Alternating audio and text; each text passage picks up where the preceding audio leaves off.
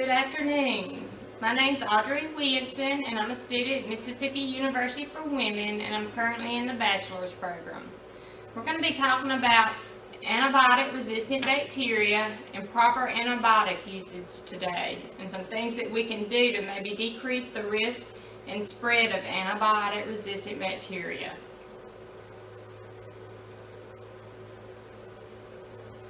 Bacteria are single-celled microorganisms. Our bodies contain good bacteria. Bad bacteria have to be treated with antibiotics, and they can cause infection. Some of the dangers of antibiotic overusage include development of antibiotic-resistant bacteria, the risk for unwanted side effects like nausea, vomiting, and diarrhea, and possible allergic reaction. Antibiotics kill the good bacteria that lives in our GI intestinal tracts.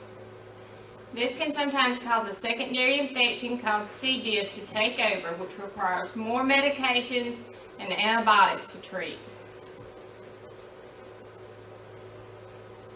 Some common bacterial infections include strep throat, whooping cough, pneumonia, UTIs, tuberculosis, and staph. Some infections can be bacterial or viral, and those include middle ear infections, bronchitis, chest colds, and sinus infections. So let's talk about some things that we can do as individuals to help decrease the risk and spread of antibiotic-resistant bacteria. Some of those things include taking our antibiotics as prescribed. Don't skip any doses and take them till they're all gone. Never save leftover antibiotics for later use. Throw away any leftover medication, and do not take antibiotics prescribed to others. Antibiotic-resistant bacteria. The overuse and misuse of antibiotics leads to antibiotic-resistant bacteria. The treatment of viruses with antibiotics also lead to antibiotic-resistant bacteria. It costs the healthcare system an annual $20 billion a year to treat antibiotic-resistant bacteria. So let's talk about how antibiotic-resistant bacteria develop. When you take an antibiotic for 1 or 2 days, and let's say you're feeling better and you stop taking that antibiotic, well, you haven't killed all of that bacteria. So that allows the bacteria to adapt to the mechanisms of the antibiotic.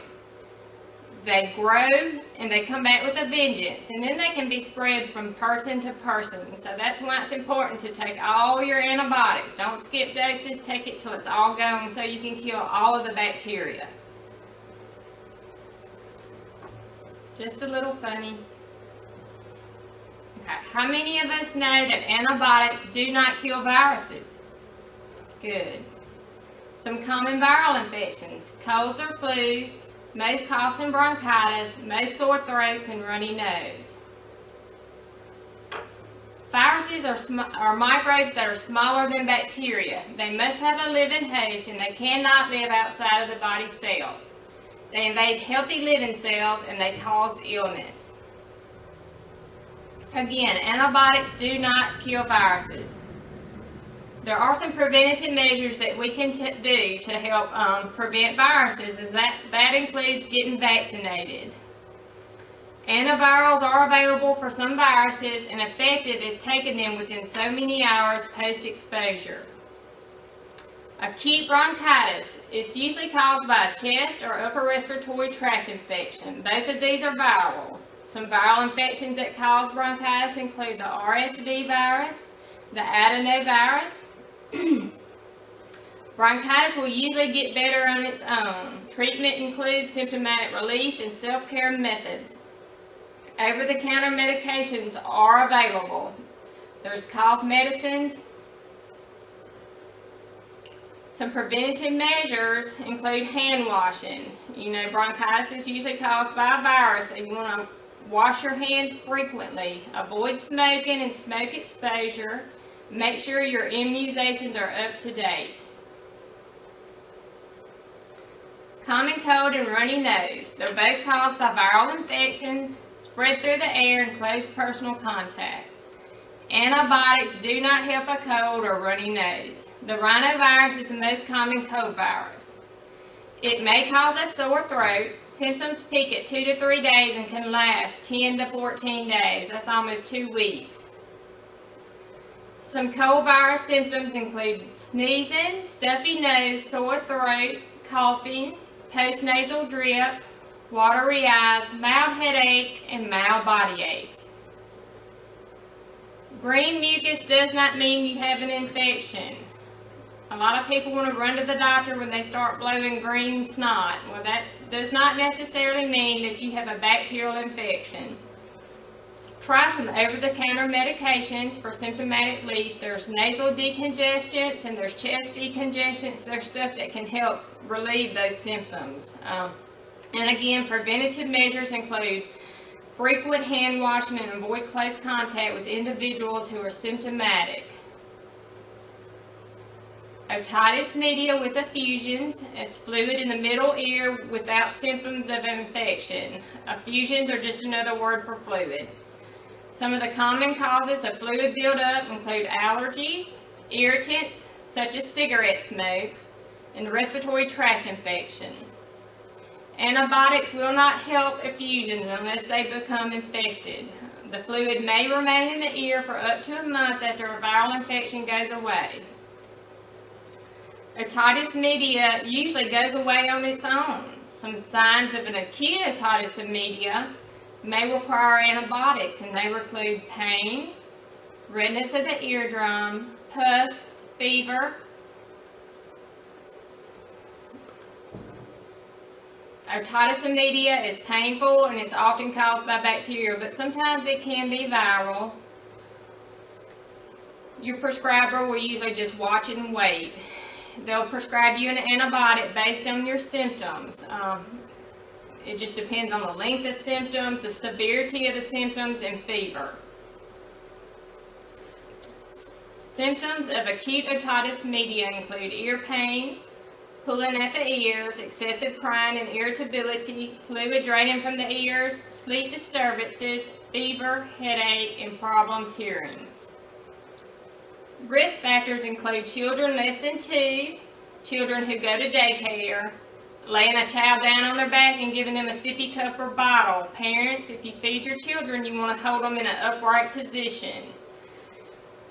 The fall and winter weather usually increase the risk also. Exposure to secondhand smoke and air pollution.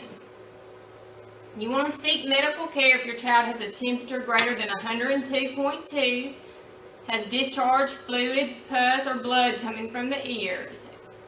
If your child's symptoms are getting worse instead of better, go ahead and take them to the doctor. There are some over-the-counter medications that are available for symptomatic relief.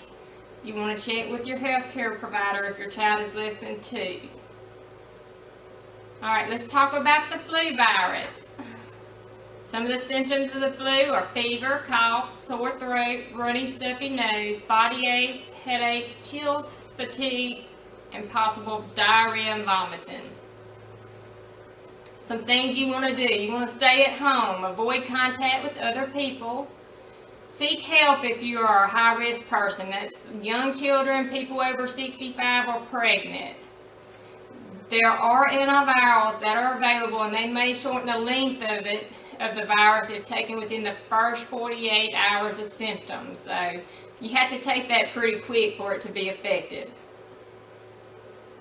You want to seek emergent care if you have trouble breathing, chest or stomach pain, dizziness or lightheadedness, severe vomiting, lips appear bluish. If your child is not interacting with you, not drinking, not eating, or a fever with a rash, go ahead and take them to the doctor. Young children tend to dehydrate pretty quickly, so just if they're showing any of these signs, go ahead and get them to a doctor and let them be evaluated. Sore throat. Most sore throats are caused by viruses and will go away on their own. Some sore throats may be caused by bacteria such as strep. Other causes include allergens, dry air, pollution, smoking, or exposure to smoke. Sore throat associated with viral infections usually have cold symptoms. Sneezing, coughing, watery eyes, mild headache, body aches, runny aches, or a low fever.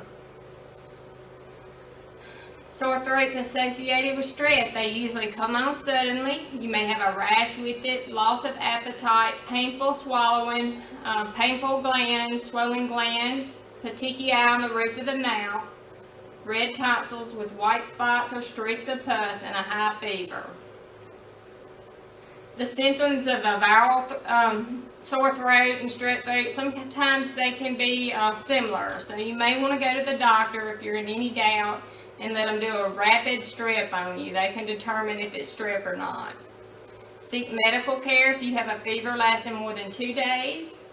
You're having difficulty breathing, if you have a skin rash, swollen glands, painful joints, or excessive drooling in small children. Antibiotics will not help sore throats caused by viruses. Antihistamines and nasal decongestants are available over the counter for symptomatic relief of nasal drainage. A lot of times sore throats are caused by the nasal drainages from cold viruses. That may help. Check with your healthcare provider prior to taking over-the-counter medications, especially if you have high blood pressure or if you're under 2. You'll want to go to the doctor. If your sore throat is positive for strep, your doctor will prescribe you an antibiotic, and you'll need to take it till it's all gone. Urinary tract infections. Urinary tract infections are the most common infection. They're usually caused by E. coli bacteria from the GI tract. Infection of the bladder is called cystitis. Infection of the kidneys is called pyelonephritis. Increased risk factors for UTIs include being female, sexually active, pregnant, age, immobility, incontinent, kidney stones, prostate enlargement, and wiping back to front. Signs and symptoms of UTI include burning sensation during urination, frequent urination, pain in the lower abdomen, low-grade fever, cloudy, dark, or bloody urine, foul smelling or strong odor. Signs and symptoms of kidney infection include fever, chills, night sweats, nausea, vomiting, low back pain, and changes in mental status. Your primary care provider will do a urine culture to determine the appropriate antibiotic. There's urinary analgesics over the counter available for relief from burning. Females need a wipe front to back to prevent bacteria from the GI tract entering the urinary tract. UTIs in young children may include fever of unknown origin, strong smelling or foul smelling urine, vomiting, and excessive irritability. Pneumonia. This infection of the lungs is the leading cause of death in children younger than 5. It can be caused by viruses, bacteria, or fungi. Common viruses that cause pneumonia include the adenovirus, chickenpox, flu, and RSV. Signs and symptoms of pneumonia include a cough with yellow or green mucus, fever, chills, shaking and fatigue, sweating, bluish-colored lips, and weakness. It may be viral or bacterial. Additional symptoms for viral infections include headache, increased shortness of breath, muscle pain, and a cough that worsens. Pneumonia in young children usually come on mild and gradual. You may notice a bluish tint to their lips or a loss of appetite. You will want to take them to the doctor and get evaluated.